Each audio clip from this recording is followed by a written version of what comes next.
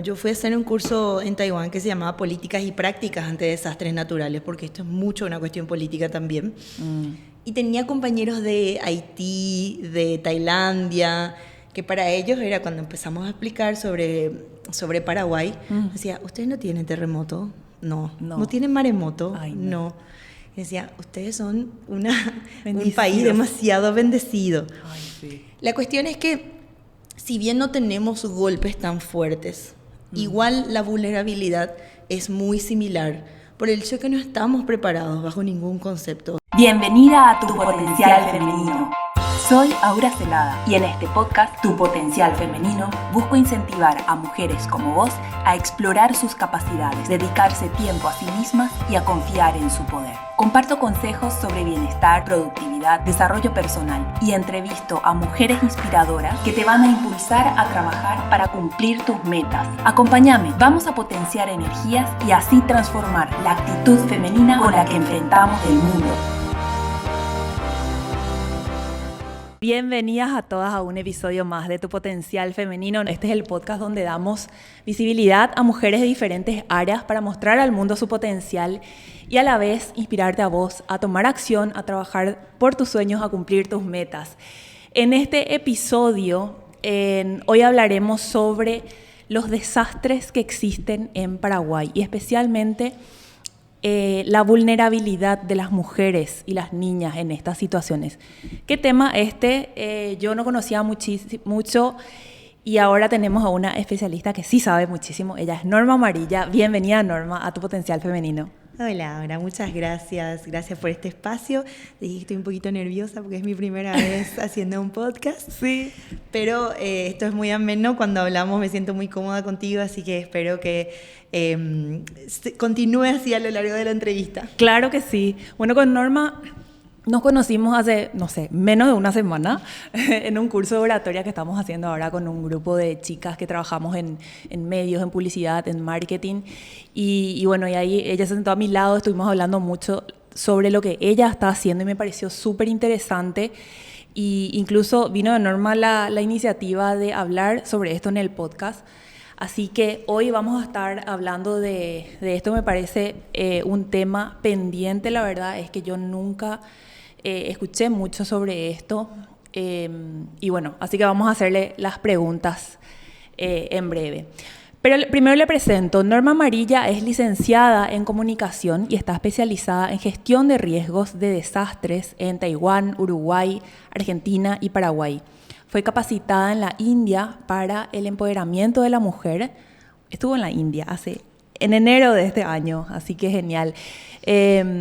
Y también ha enfocado su labor en el ámbito de las ONG, colaborando con renombradas instituciones como la Secretaría de Emergencia Nacional, USAID, la FAO, Plan Internacional, entre otras, especialmente en proyectos relacionados con la gestión de riesgos de desastres.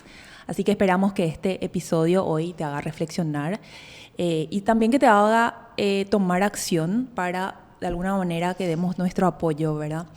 Así que, bueno, contanos un poquito, Norma, acerca de vos primero, ¿verdad? Un poco sobre tu formación en cuanto a gestión de riesgos y también por qué decidiste especializarte en esto. Y la verdad que yo tampoco nunca había escuchado sobre gestión de riesgo de desastre. Era una cosa así muy que es eso, ¿verdad? No es algo que escuchamos todos los días, no es un tema recurrente, pero dio la casualidad que mientras estaba en la facultad, cuando estaba a mitad de carrera más o menos, tuve la oportunidad de trabajar en la Secretaría de Emergencia Nacional. Y ahí conocí la Secretaría de Emergencia, normalmente se le conoce como CEN, así que más adelante voy a decir CEN. Sí. La CEN normalmente se la conoce como un organismo de respuesta. Hay alguna inundación, sequía, incendios forestales, y responde ayudando a las familias que quedan en víveres, chapas, cosas que necesite la gente, o proveyendo, por ejemplo, gestionando camiones para ayudarle a la gente a mudarse en época de inundaciones y todo eso, ¿verdad? Entonces yo, fui sabiendo lo que era cuando empecé a trabajar ahí. Y después, porque esto también es bastante nuevo, lo que te estoy contando pasó hace más de 10 años, ¿verdad? No voy a decir, mira, no importa. Y ahí fui entendiendo mucho cómo se gestionan los desastres, y la pregunta que todo el mundo se hace siempre, pero los desastres son cíclicos. la inundación es cíclica, las sequías también, o sea, hay como momentos en el año en que uno ya sabe que va a haber inundaciones o que sabe que es época de incendios forestales. Entonces yo también me hacía la pregunta, ¿y por qué existe una institución que tiene dinero para responder y no se solucionan esos problemas de base, ¿verdad? De base ya, claro, evitar que sucedan, más que nada. Lo que pasa es que es un tema súper complejo y ahí recién fui entendiendo. Y lo que es la respuesta de emergencias, de hecho desde hace muy poco mundialmente migró a ser lo que es gestión de riesgos de desastres. Y la gestión del riesgo es justamente, tiene así etapas que son la prevención, la preparación, la respuesta, la mitigación y la resiliencia, ¿verdad? O sea, la reconstrucción sería. Y la gestión de riesgo es lo que busca entonces es crear comunidades más resilientes. De repente hay desastres que no se pueden prevenir, o sea, o se pueden prevenir, pero no hay nada que se pueda hacer al respecto, más que esperar. Claro. Pero en esa espera, por ejemplo, las sequías.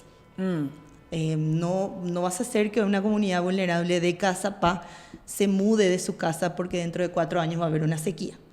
Y cuando hablamos de una comunidad hablamos de 50 familias, por ejemplo. Claro. O sea, ¿a dónde llevas a esas familias si es que las tenés que reubicar? Y entonces lo que se hace es, desde la gestión del riesgo, se trabaja con esas familias, con esas comunidades vulnerables, para que cuando a ellos les llegue una situación de emergencia como esa, sepan responder. Y puedan recuperarse, que eso es la resiliencia, ¿verdad?, de estas comunidades, sepan recuperarse lo antes posible de haber atravesado un riesgo adverso como ese.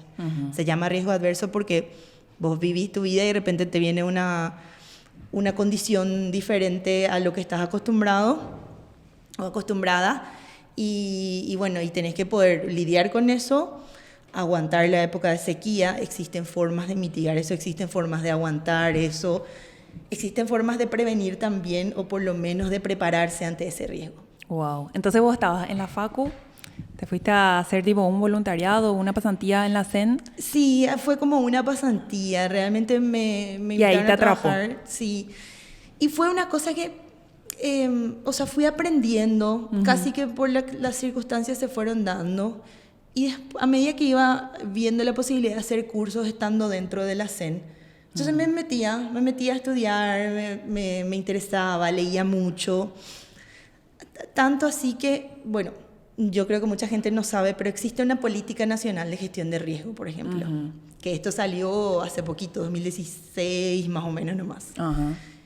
Porque eso se trabajó muchísimo, tiene como ejes de trabajo y tiene ejes transversales, ¿verdad? Los ejes de trabajo tienen que ver con lo financiero, porque obviamente toda esta gestión de desastre, desde la preparación, bueno, desde la prevención, la preparación y la respuesta, cuesta muchísima plata.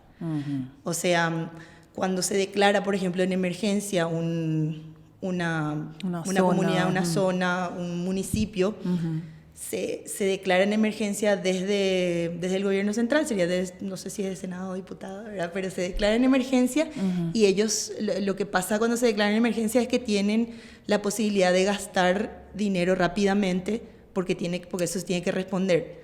Entonces no se pasa por procesos de licitación ni nada por el estilo para la compra de víveres, de chapas, de combustible y ese tipo de cosas. Claro. Entonces eso es declarar en emergencia, por ejemplo, una zona, un municipio. Ya. A ver, dentro de un rato te voy a pedir que nos expliques, pero primero voy a invitarte un jugo de Presumo.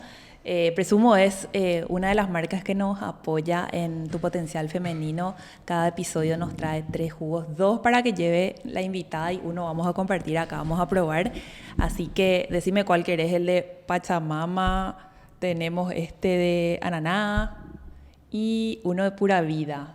¿Conoces los jugos de Presumo? Conozco, sí, el de Pura Vida. Ah, sí. No probé todavía el de Pura Vida. Buena elección. Yo ya probé y es riquísimo.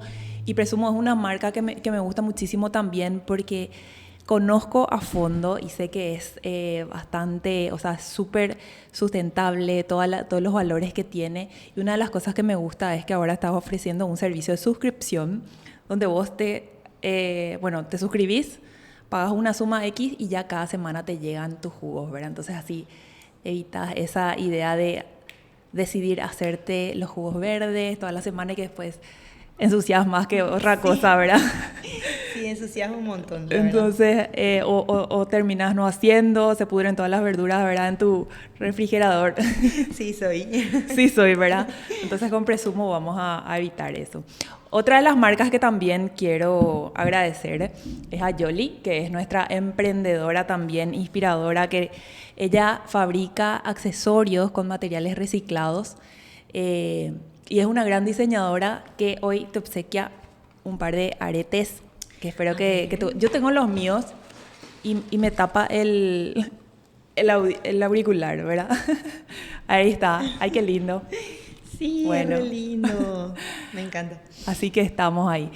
Bueno, este es un tema, como te digo, a mí mucho no sé, pero cuando me comentaste hace poco sobre, bueno, los desastres, ¿verdad? Generalmente nosotros pensamos desastres naturales, por ahí terremotos en China y qué sé yo, ¿verdad? Pero Paraguay también obviamente tiene sus desastres. Y ahí contanos un poco qué hay, ¿verdad? O sea, se de los incendios, las sequías, las inundaciones. Que de hecho eso, bueno, yo fui a hacer un curso en Taiwán que se llamaba Políticas y Prácticas ante Desastres Naturales, porque esto es mucho una cuestión política también.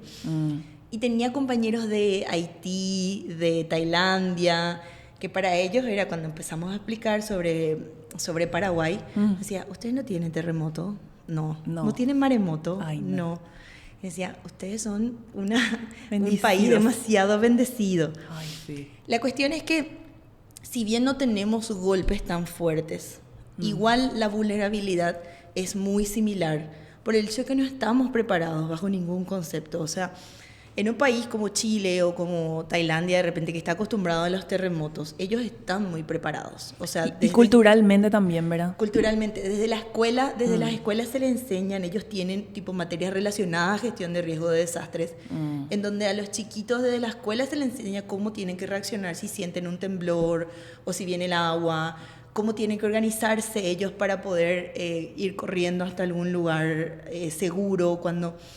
Y nosotros no tenemos ninguna preparación ante riesgo de desastre. O sea, me consta que se está haciendo muchos trabajos para poder llegar a todas las zonas.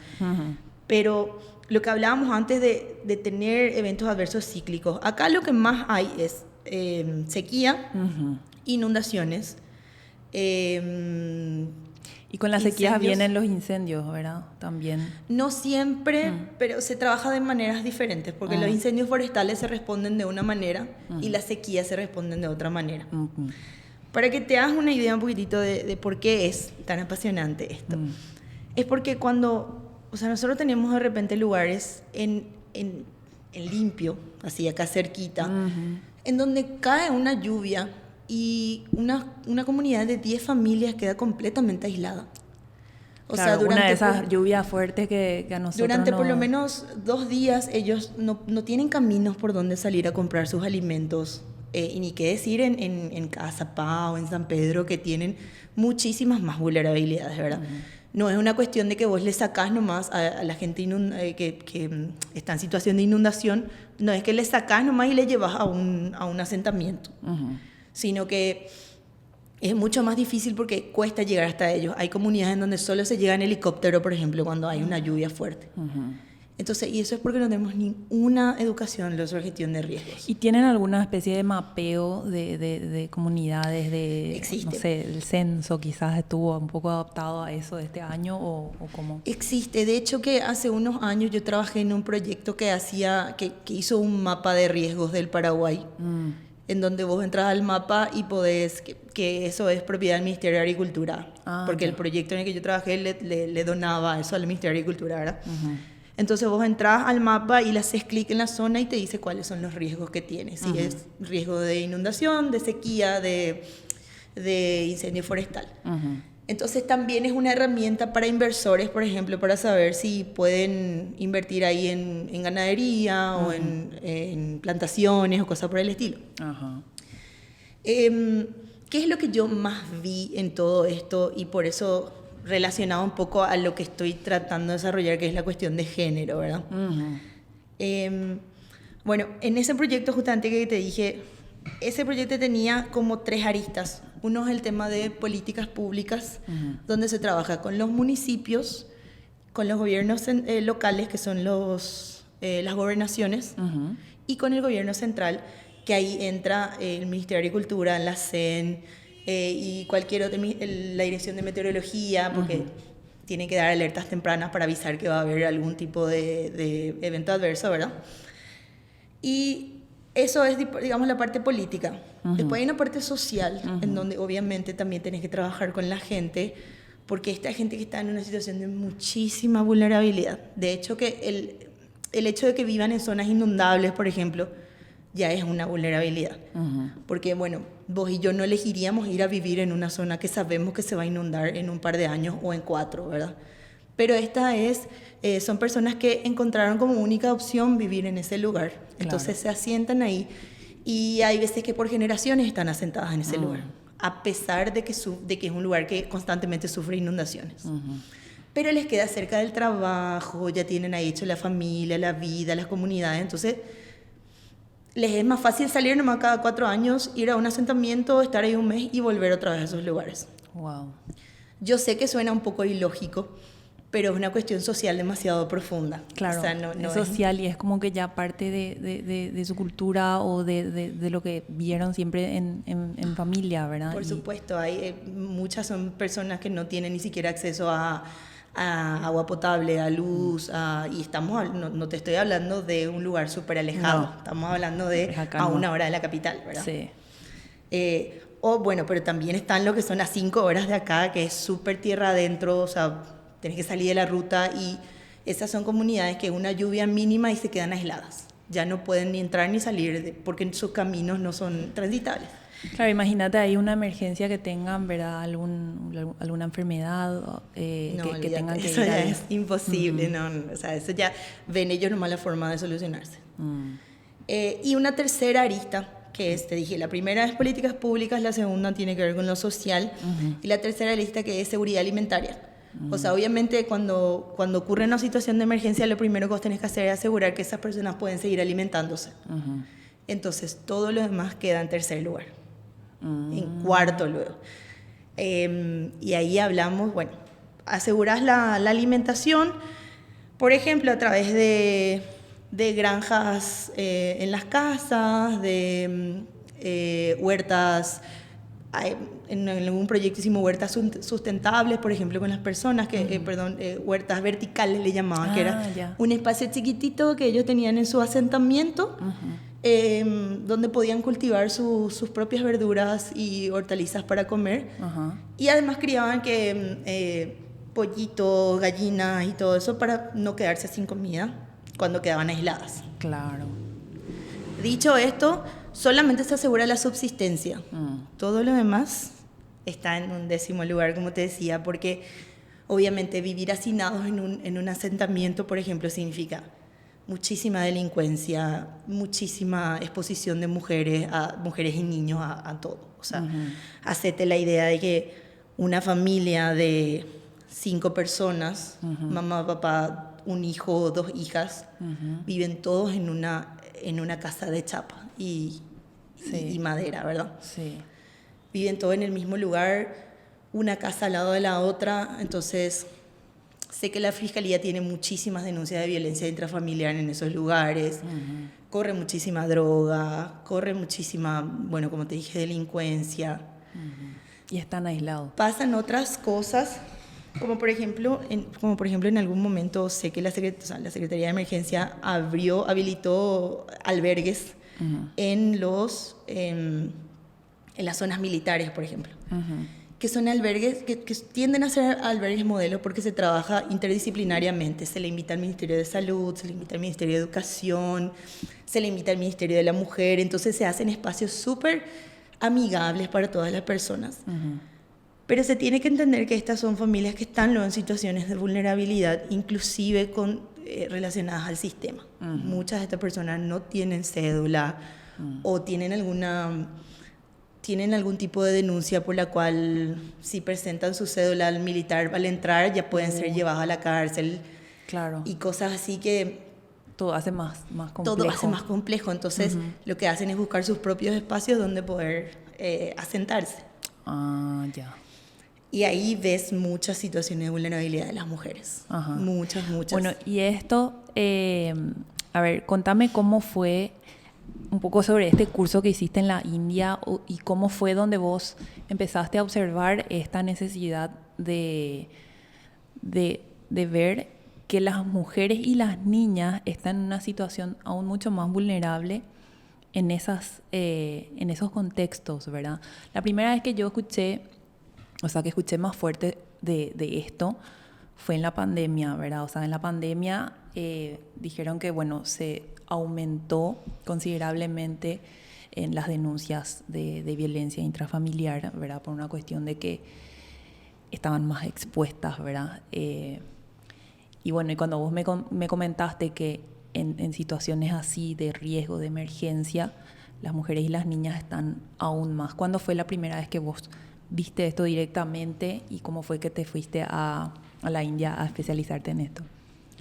Bueno, primero te tengo que contar cómo fue que a mí me nació el tema de preguntarme mucho sobre la vulnerabilidad de las mujeres en ese contexto.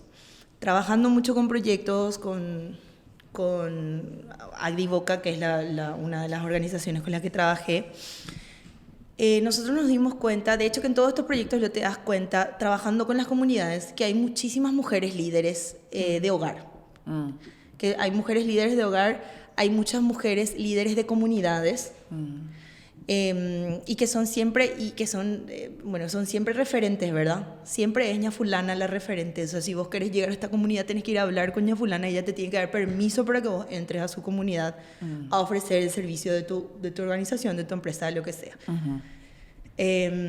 Y si ña fulana dice que, o sea, vos te vas y te metes a la comunidad directamente, y si la ña fulana dice que, por ejemplo, lo que vos estás haciendo es una cuestión política y que las familias no te tienen que aceptar, te rechaza la comunidad. Wow. Y tenía muchísimo poder las mujeres. Yo decía, qué maravilloso. Pero, en el sentido contrario, nosotros no veíamos mucha participación de las mujeres en las capacitaciones, por ejemplo. O no es que no veíamos mucho, pero era como más limitado. ¿Por qué ña fulana no viene, verdad? Entonces, ahí empecé a notar mucho que existían limitaciones, digo porque es algo que fui viendo progresar, ¿verdad? Existían limitaciones con respecto a lo que las mujeres podían hacer. Por ejemplo, a la mañana vos no podías hacer ningún tipo de capacitación porque ña fulana tiene que cocinar para sus hijos y tiene que quedarse en la casa, entonces cualquier capacitación que vos querías para ella tenía que llevarle hasta su casa para hacer. En algún momento pasó que queríamos hablar de derechos de las mujeres, vimos la necesidad o un lineamiento de que teníamos que incluir la cuestión de género, y no podían asistir, o las mujeres que asistían con sus maridos. Y nosotros sabíamos que eran mujeres líderes, o sea, ¿por qué se iban con su marido entonces igual? Porque el marido tenía que escuchar lo que se les decía para poder permitir que se vuelva a ir a otra capacitación, por un lado. O por otro lado, no le creían. No creían realmente que esa mujer iba a generar un cambio en la comunidad. No es que no creía que se iban, sino que no veían ellos el camino de cómo una mujer puede significar algún tipo de cambio, ¿verdad? Mejor me voy yo a ver. Eso es cosa de hombres. Y voy a ver cómo yo voy a ir a hacer. Era más o menos la actitud de los hombres. Claro. Bien. Cuestión que después de eso, o sea, fue algo que vi mucho después, la vulnerabilidad que te digo de las mujeres. Por ejemplo, para los traslados, nosotros hablábamos mucho con los bomberos y las bomberas. Y ellas me contaban que para algún tipo de traslado, ellas tenían que, por decirte, vos estabas con tu marido y yo, bombera, te decía, te voy a llevar, señora, ¿dónde están tus hijos? ¿Cómo te llamas? ¿Cuántos años tenés? ¿Tenés algún tipo de enfermedad de base? Y le miraba a la bombera y le miraba al marido, y el marido respondía por ella. Sí. Y les era súper raro, de repente no quieren que se les revise si tienen algún tipo de problema, ¿verdad? Bueno, cosas como esa, o les cuesta muchísimo expresarse. Bueno, yo me voy a India este año porque el año pasado me postulé porque me interesa mucho la cuestión de género como eje transversal para todo, ¿verdad? Por una cuestión más personal, porque yo lo sufrí también, ¿verdad? Qué sé yo, sufrí el machismo un montón. Entonces me postulé a la beca esta en India y fui. El curso era de empoderamiento de la mujer. La verdad, la beca magnífica, el lugar, me fui a una comunidad rural, a una ciudad rural también de India, que está muy al norte, en donde tienen mucho desarrollo rural de cuestiones de agroeconómicas y todas esas cosas. Y la verdad que maravilloso. Vi el curso, conocí a otras mujeres que son bastante relevantes en sus propios países, ¿verdad? Chicas de Sudán, de Jordania, de países que en ese lugar me enteré que existían, ¿verdad? Como Tayikistán y eso, ¿verdad? Híjole. Y todas eran así súper espléndidas, ¿verdad? Después nos vamos a una comunidad rural de India, en donde este lugar nos quería mostrar. Este era un instituto bancario, ¿verdad? Donde nosotros estábamos haciendo el curso. Y ellos nos quisieron llevar a esa comunidad rural para mostrarnos que ellos con esa comunidad habían desarrollado una forma de ingreso al sistema bancario por parte de estas personas que estaban, en su mayoría, eran grupos en su mayoría liderados por mujeres, pero muy alta era el liderazgo de las mujeres, como que el 90% por ahí eran mujeres, pero no era exclusivo para mujeres, solo que se dio la casualidad de que eran mujeres las que lideraban estos grupos. Mujeres de comunidades rurales. Hicieron como un sistema, como una cooperativa rural de la comunidad, y esa cooperativa era la que tenía un espacio en el banco porque ellas no eran bancarizables. Bueno, era interesante, no quiero desarrollar mucho en eso porque no, era difícil.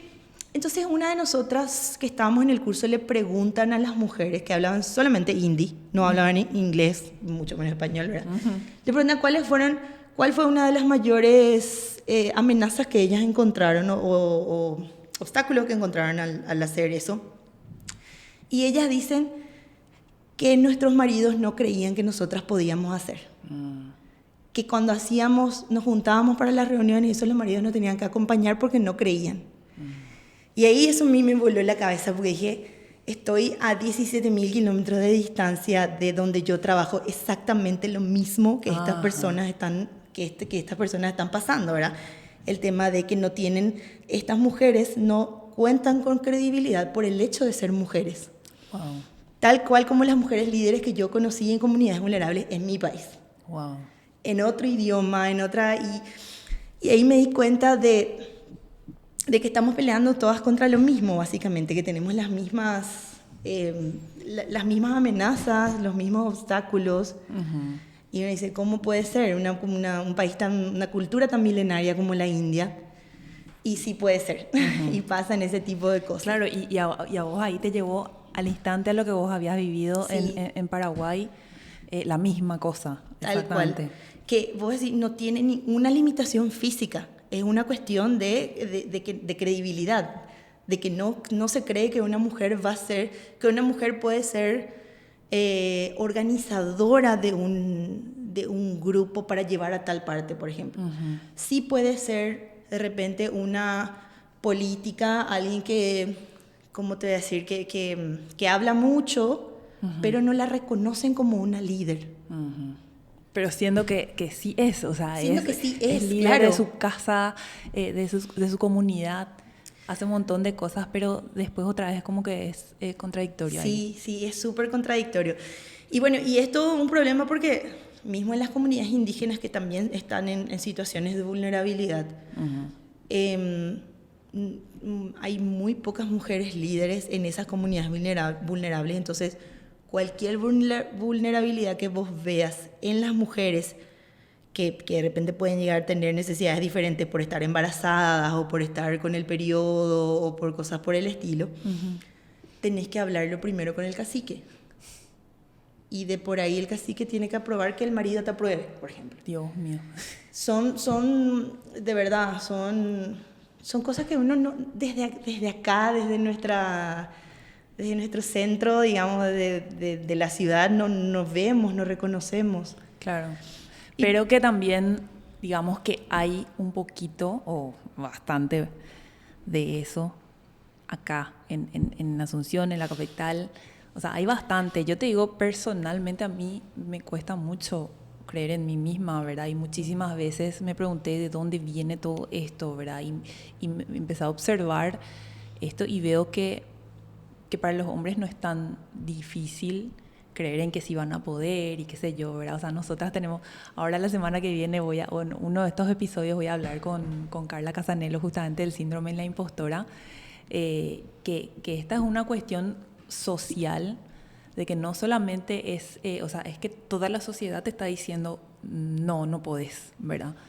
Y en este caso, o sea, lo comprobaste vos en la India y acá en Paraguay, de que el propio marido, en lugar de apoyarle, le está diciendo, no, vos no podés.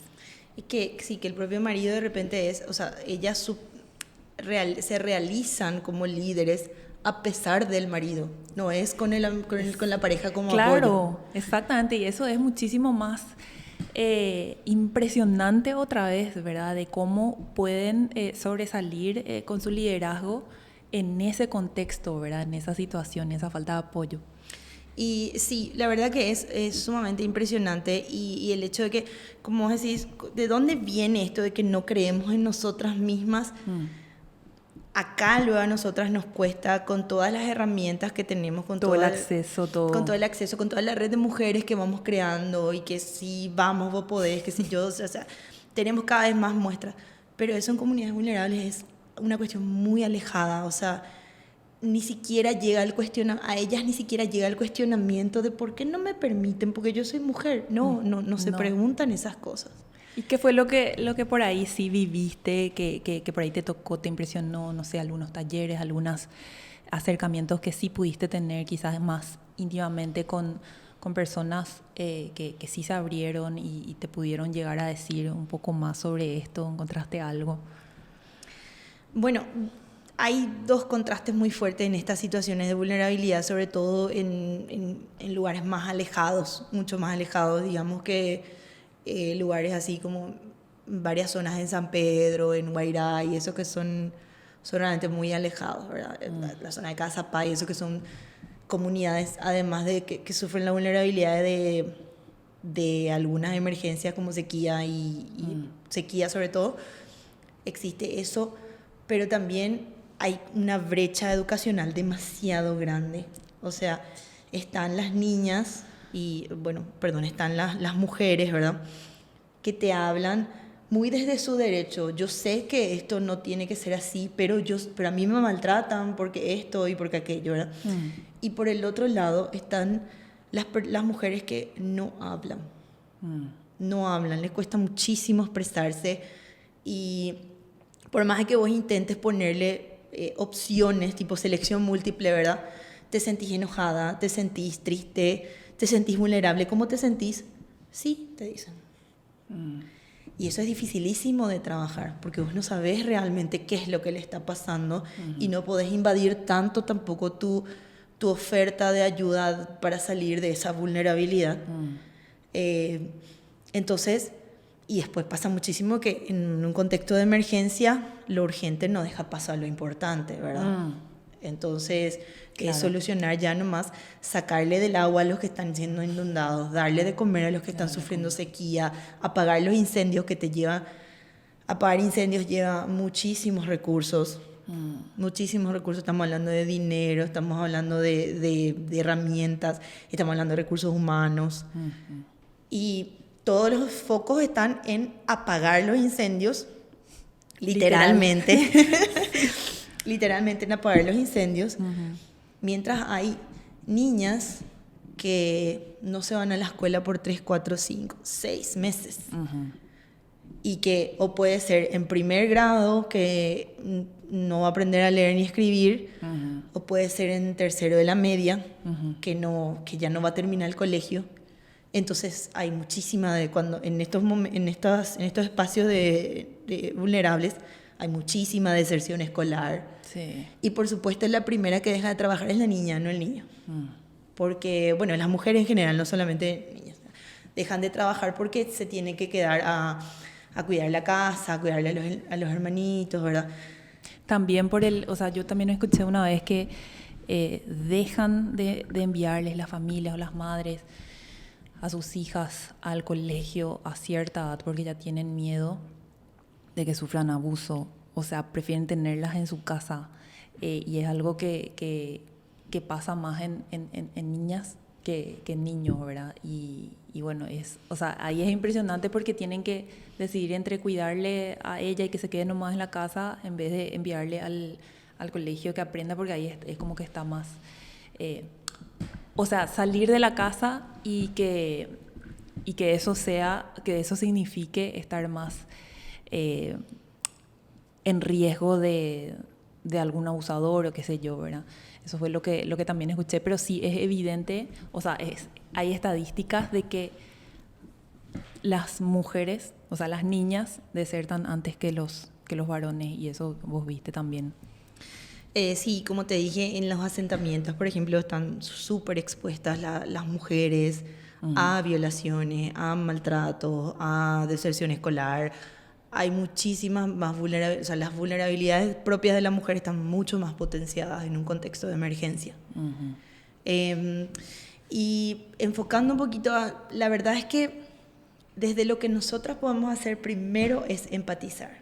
Primero es empatizar, como te dije, entender que todos nuestros problemas son importantes, por supuesto, pero en un contexto de emergencia hay mujeres que no tienen para comer, no tienen para dar a sus hijos, no tienen para dar alimento a sus hijos, no tienen agua potable, mucho menos para bañarse, ni qué decir para comprarse una toallita higiénica, ni qué decir, no tienen luego no tienen idea sobre lo que significa protegerse, porque el tema de la protección nosotras lo tenemos muy entendido ya de que es una decisión y todo eso, pero en esos contextos no se da tanto así. O sea, la mujer está para procrear y tener relaciones cuando el marido llega a la casa, y eso tiene que seguir, o sea, eso sigue siendo así, ¿verdad?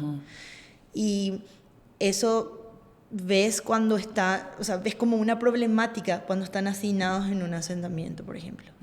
O cuando te toca ir a comunidades en contexto de emergencia, en comunidades vulnerables, y ahí recién lo ves. O sea, eso, digamos que si vos miras en números duros, ni siquiera se hacen ese tipo de preguntas, de tipo, ¿vos te casaste porque decidiste? ¿O desde qué edad sos mamá? No hay esas cosas. O sea, hay... Claro, elegiste ser mamá y qué sé yo. No hay esas cosas. ¿A qué edad dejaste la escuela? No, ese tipo de preguntas no se hacen en un contexto de emergencia. Hay números de tantas familias sufren inundación, tantas familias afectadas, tantos campos afectados por el incendio, tantas familias no tienen para comer. Eso luego ya es difícil, ¿verdad? Tantas familias no tienen para comer cuando hay sequía, porque se les mueren los animales, porque se les secan las plantas. Todos sus cultivos y todo. Entonces, el tipo de alimentación que reciben tanto las mujeres como los niños, imagínate una madre lactante o una embarazada, son de un nivel paupérrimo, es sobrevivir en ese momento. Claro. Y una vez que se pasa ese momento de sobrevivir y de acá hay urgencia y hay que darle de comer, sacarle el agua, hablabas de crear comunidades más resilientes. ¿Cuál es el camino que se está ya trabajando ahora? ¿Qué es lo que vos viste en avance en estos últimos 10 años, que son los años en que vos estás ya metida en esto? ¿Qué es lo que hoy se está haciendo de bueno en esto en Paraguay? Bueno, primero que todo, la existencia de una política nacional de gestión de riesgos. Eso era algo que no existía antes. Se veía al gobierno central solamente como respondedor, o sea, era para dar respuesta ante una emergencia. Nos estamos inundando, vení, sacanos de acá y danos chapa. Eso era, y víveres, ¿verdad? Y eso está migrando a hablarse, a que se hable más desde los gobiernos locales, como las gobernaciones o los municipios, de que los mismos municipios puedan tener un área de gestión de riesgos, por ejemplo, estable. No es que solamente se activa cuando hay una emergencia. Entonces, el hecho de que tengas una persona, un departamento trabajando eso, hace que ese departamento se esté encargando de la prevención, de la preparación, de gestionar la respuesta se encargan todos, digamos, después. Y después de hacerle un seguimiento para que esa comunidad pueda recuperarse lo más rápido posible de una emergencia. Se habla de prevención primero, porque obviamente nadie quiere pasar por algo así. Sí, claro, se puede, hay que prevenir y hay que buscar todas las herramientas para prevenir. Como normalmente las personas en estado de vulnerabilidad no reconocen su estado de vulnerabilidad. O sea, ellos no saben que su vida puede ser mejor, porque nunca luego fue mejor. Wow. Entonces lo que se hace, se trabaja con esas familias, con esas personas, para que sepan que pueden tener mejores condiciones de vida, que pueden aspirar a otras cosas, ¿verdad? Esa es, digamos, la etapa inicial. En prevención acá se está trabajando mucho con las escuelas. Por ejemplo, el Ministerio de Educación tiene un departamento de gestión de riesgos, creo que se llama, en donde hay espacios así donde se trabaja. Yo participé inclusive de cursos en donde se le enseña a los docentes cómo crear un mapa de riesgos, se llama, para que ellos puedan reconocer en las escuelas qué riesgo puede haber. Y los riesgos en Paraguay, si bien no son un terremoto o un maremoto, es que se te caiga la escuela encima. Ay, Dios mío. Es que se te caiga la escuela encima. Que se te incendie algo una escuela porque no está bien construida. Esas son cosas que pasan. Y el Ministerio de Educación sé que está trabajando en crear desde las escuelas, que por lo menos tener un plantel de docentes que sepa cómo actuar ante un techo caído o ante un incendio, o toco madera porque no suceda, ¿verdad? Pero ante algún tipo de amenaza de alguien, ¿verdad? O sea, realmente, sí, atentados, cosas algún así atentado, sí. Entonces se está trabajando eso. Eso es algo que a mí me parece un gran paso, por ejemplo, porque poder trabajar desde la escuela, eso es que los mismos docentes le van a decir a los niños: no toques esto, no. Si llega a suceder algo, vamos a levantarnos calmados, vamos a salir y nuestro punto de encuentro va a ser tal lugar. Claro. Entonces eso se está trabajando. Después en etapa de prevención, por supuesto que no sucedan, trata que no suceda. En la etapa de preparación es, si ya sabemos que va a haber una sequía en tal fecha, más o menos, entonces la FAO, por ejemplo, está haciendo unos sistemas de recolección de agua para poder que los cultivos mismos tengan agua suficiente en épocas de no sequía, ¿verdad? Para poder sobrevivir esas épocas de sequía. Hay otros formatos de riego, por ejemplo, de captura de agua de lluvia, que se está haciendo también. Eso también es una etapa de preparación que puede ser que es luego muy útil para la seguridad alimentaria, para asegurar que esa gente va a tener para comer ante un evento adverso. En la época de respuesta se supone que si ya trabajamos prevención y preparación, se supone que la respuesta tiene que ser... se habla de mitigar los daños porque ya no se pudieron prevenir, porque se tiene que tratar de que haya el menor daño posible, sí, claro. que el daño haga el menor impacto posible, que destruya solamente lo necesario, por decirte, claro.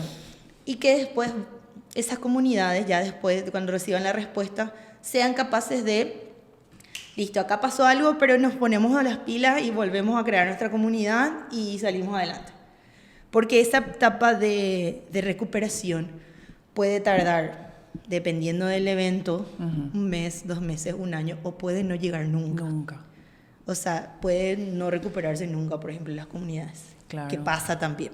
Y hay mucho también de la cultura, de la parte social, de la parte psicológica también, ¿verdad? Claro, sí. Nosotros solemos ver desde acá noticias de, no sé, como tal terremoto en Japón y después así de 1 mes ya reconstruyeron todo, cosas así que solemos ver en las noticias, y es como que tienen tanta cultura de eso, y obviamente años luz de la preparación que tienen, ¿verdad? Las políticas también que tienen allá.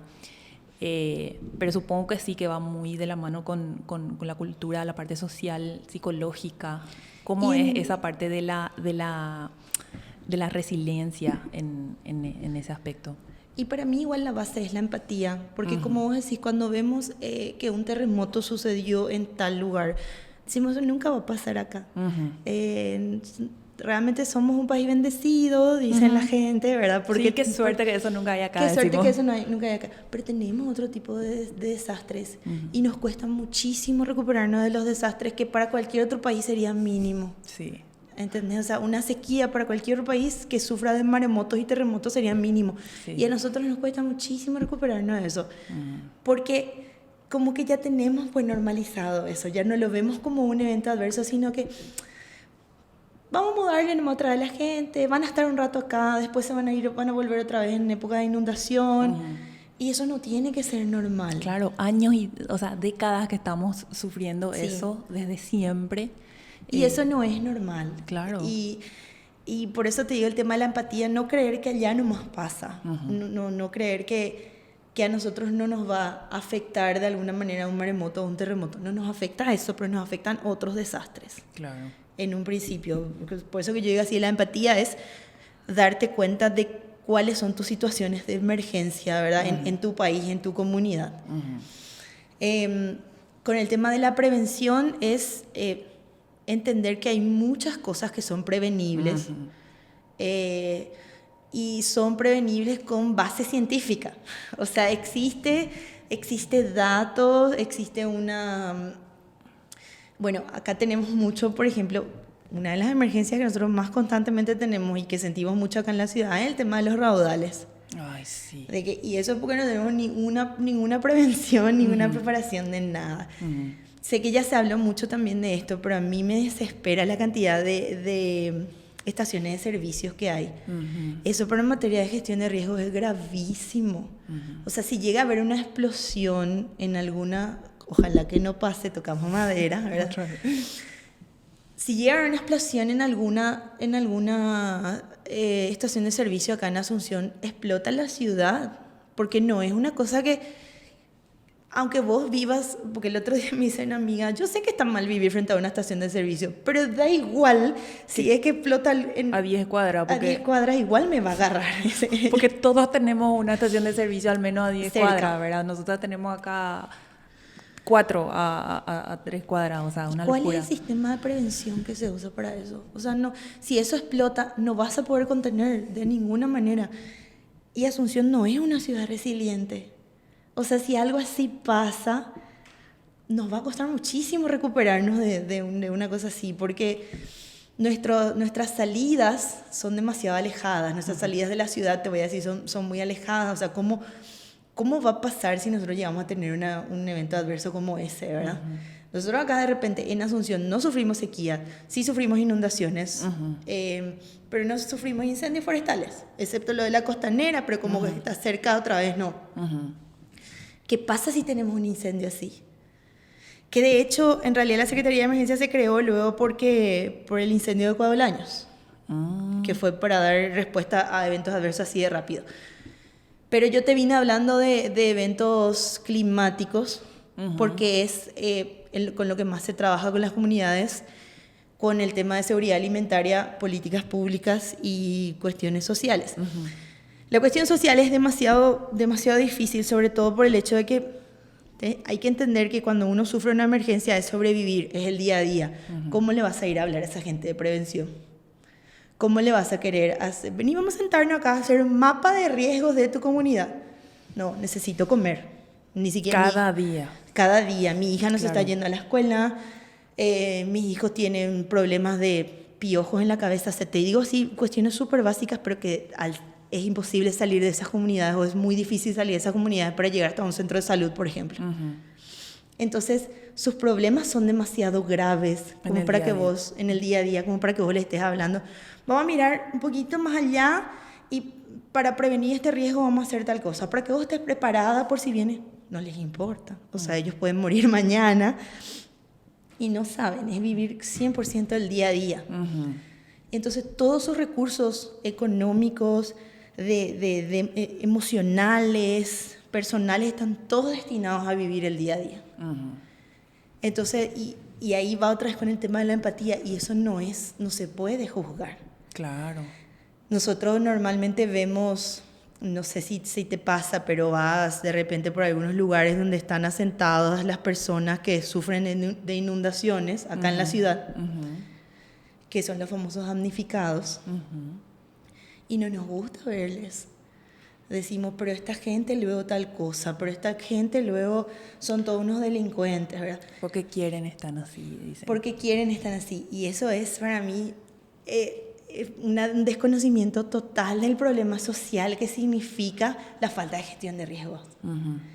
Entonces, entender un poco que desde ese lado se tienen que hacer otras cosas, se tienen que trabajar por otro lado. Si vos querés abrir un edificio cualquiera acá en Asunción nomás luego, te piden un sistema de prevención de incendios, por ejemplo. El municipio te exige que vos tengas un sistema de prevención contra incendios. Y tipo, esa es una partecita nomás de todos los riesgos que puede sufrir tu emprendimiento o tu edificio, lo que sea. Pero asimismo, como vos en tu edificio tenés que tener un sistema de prevención contra incendio, en tu ciudad tenés que tener un sistema de prevención de riesgos en general que pueden pasar. Y eso Porque es lo que todavía no existe. no existe, lo que pasa es que el proceso es demasiado largo. Se está trabajando hay 17 departamentos donde se tienen que trabajar. Se va trabajando de a poco, con 1, 2, 3 departamentos. Se hace lo que se puede, por lo menos para ir insertando la semilla de la prevención y de la preparación. Wow.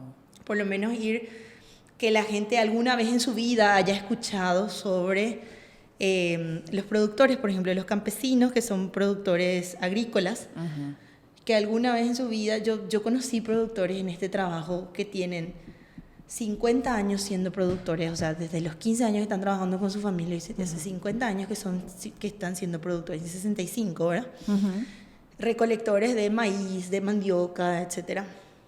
Y ellos recibían algunas capacitaciones en las cuales por primera vez escuchaban sobre preparación de suelo, de cómo ellos tienen que preparar el suelo antes de sembrar. Y todo eso es así, porque vivieron 50 años en el día a día. Pero bueno, se está sembrando esa semilla realmente, literal y conceptual, ¿verdad? Se está sembrando esa semilla. Sí. Por lo menos ya tenemos municipios que pueden hablar de gestión de riesgo, le pueden poner un nombre a esa necesidad que ellos tienen ante una emergencia. Y es como que uno empieza a ver también, ¿verdad? Más. Ahora que vos mencionás todo eso y desde aquella vez que hablamos, es como que yo también así empecé a ver cosas que antes no veía, ¿verdad? Y esa es, yo creo que el gran impacto también de empezar a hablar de estas cosas, lo cual es muy importante también para las que están escuchando el podcast.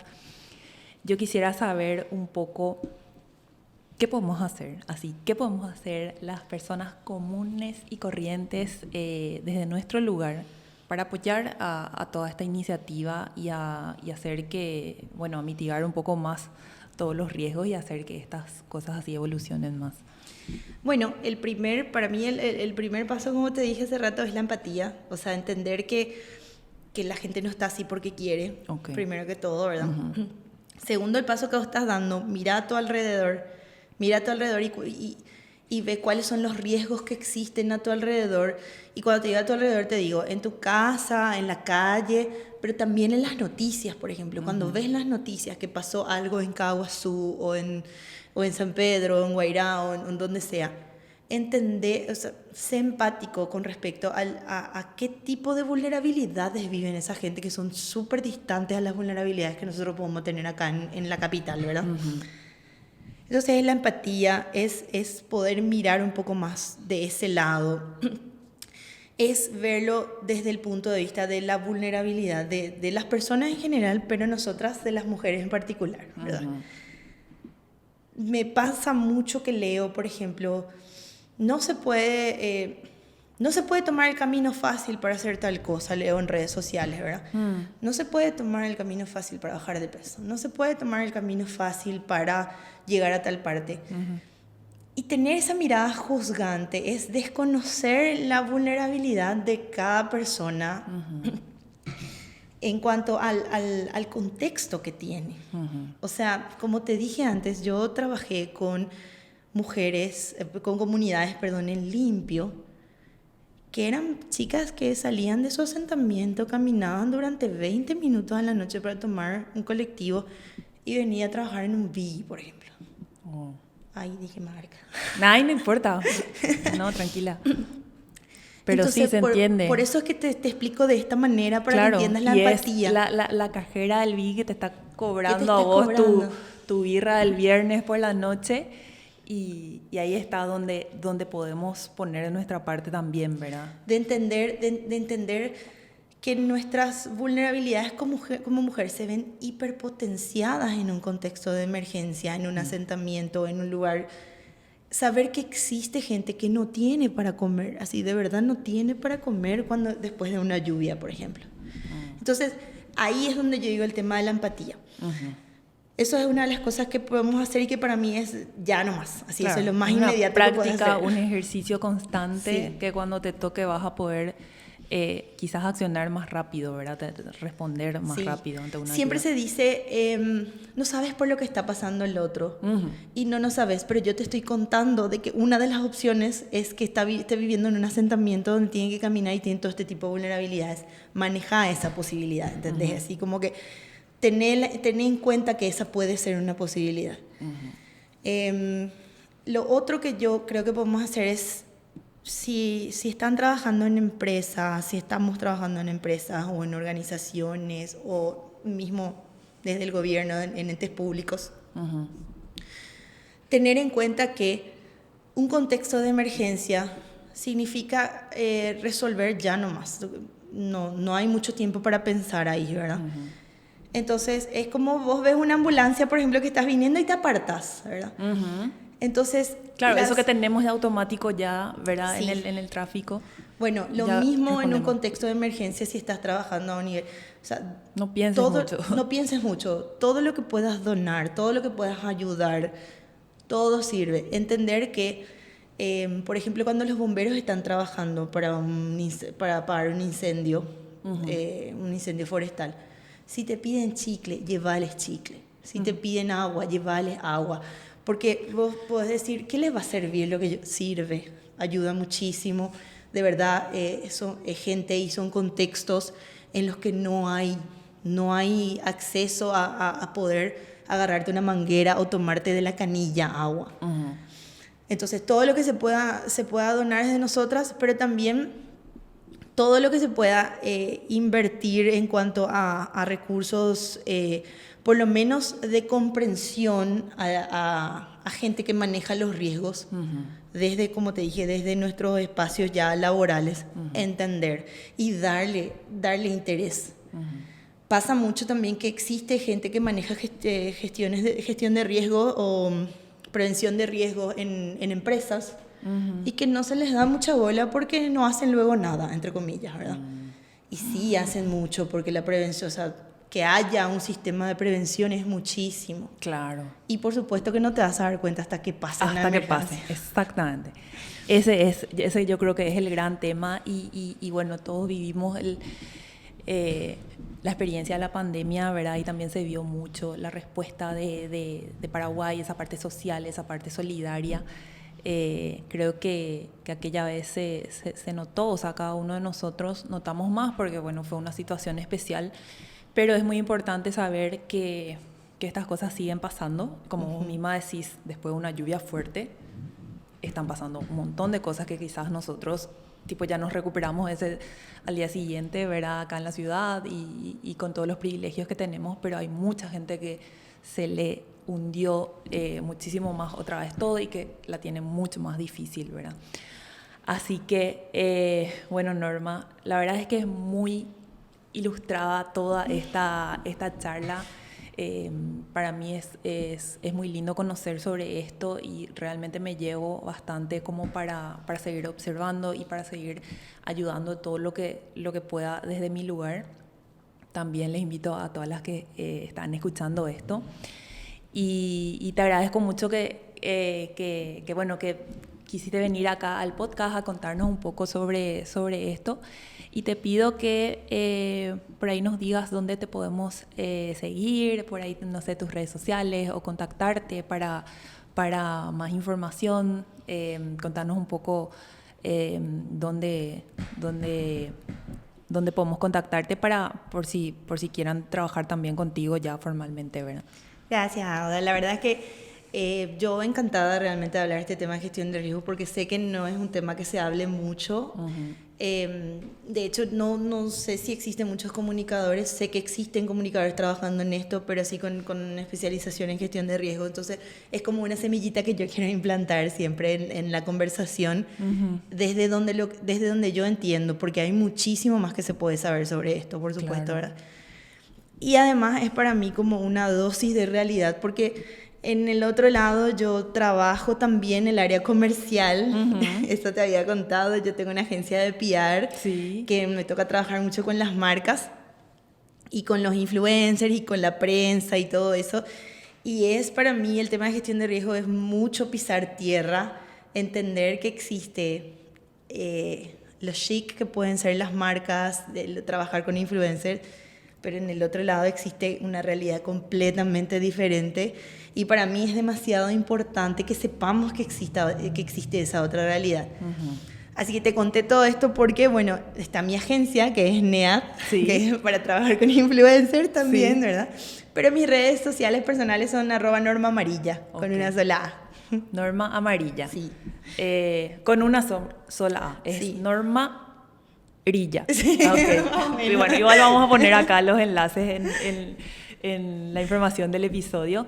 Y bueno, gracias Norma por estar acá. Te deseo muchísimos éxitos con todo esto que emprendas y ojalá que aquí en los próximos años también hayamos aprendido muchísimo como país, como sociedad en todo esto y sigamos avanzando.